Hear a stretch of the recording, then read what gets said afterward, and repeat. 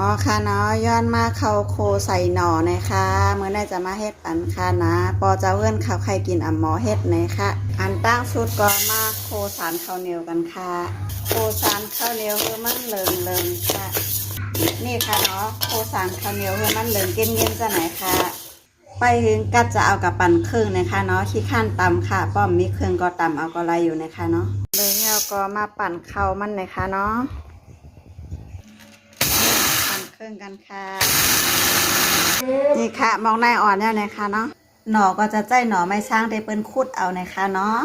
หน่อจะได้เจียมจุยๆเนี่ยค่ะนี่ค่ะหน่อก็ซอยเป็นป๊อดเล็กๆจ้าไหนเนี่ยค่ะเนาะเห็บหยิบยูก็ซอยเป็นชิ้นเล็กๆจ้าไหนเนี่ยค่ะจะใส่ปลาเห็บหยิบยูเนี่ยค่ะเนาะเดี๋ยวก็มาตำกระเทียมกันค่ะใส่มะเขือค่ะเดี๋ยวก็จะมาตำมึงอ่อนๆเนี่ยค่ะเนาะตำอ่อนมองแรงก็แล้วยาวเนี่ยค่ะเนาะ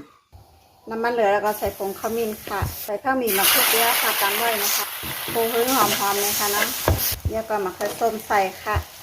ใส่ถั่วเน่าค่ะแล้วก็ใส่เกลือค่ะใส่ฟองหวานค่ะ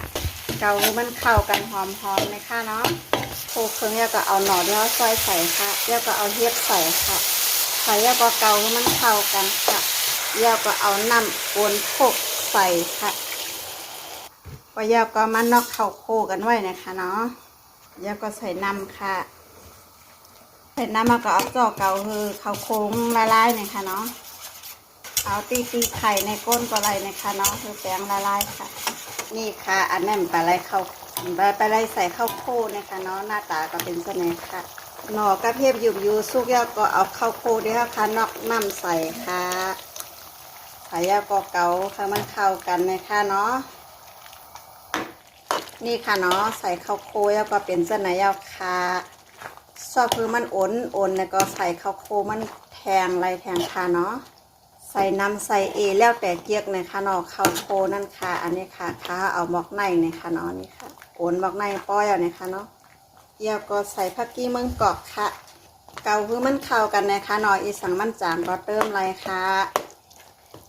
แล้วก็มาตักใส่หวานกันค่ะนี่ค่ะยาวนะคะเนาะข้าวโคใส่หน่อไม้ค่ะใส่ปลาเห็บอยู่ป้าเนี่ยค่ะเนาะน่ากินน่ากินก็คอมเมนต์มาบอกปันพองค่ะนะกินเล่นก็ไล่กินกับข้าวก็ไล่เนี่ยค่ะเนาะ